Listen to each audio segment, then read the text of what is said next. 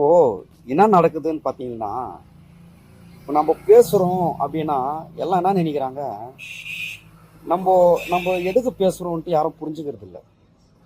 ஒரு ஒரு ஒரு வியூஸுக்கோ இல்லை நம்மளை வந்து விளம்பரப்படுத்திக்கிறதுக்கோ இல்லை வந்து வேறு ஏதாச்சும் ஒரு பணத்துக்கோ பதவிக்கோ நான் பேசலை. இப்போ நான் பேசுகிறது வந்து தலைவரை சுற்றி ஃபுல்லாக வந்து தப்பு நடக்குது. எனக்கு பக்காவாக தெரியுது. இது வந்து வெளியே இருக்கிறவங்களுக்கு வந்து தெரிய மாட்டேங்குது. அதாவது வெளியே இருக்கிறவங்கன்னா யூடியூபர்ஸு அவங்களுக்கெல்லாம் தெரியல, சில பேருக்கு தெரியல. இது வந்து ரொம்ப ரொம்ப வந்து புகழ்ந்து பேசுகிறாங்க ஆனந்த் சாரை.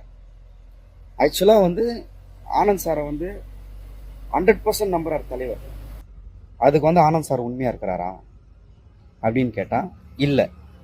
பார்க்குறவங்க மத்தியில் வந்து உண்மையாக இருக்கிற மாதிரி தெரியுது. பட் ஆனால் அவர் உண்மையாக இல்லை.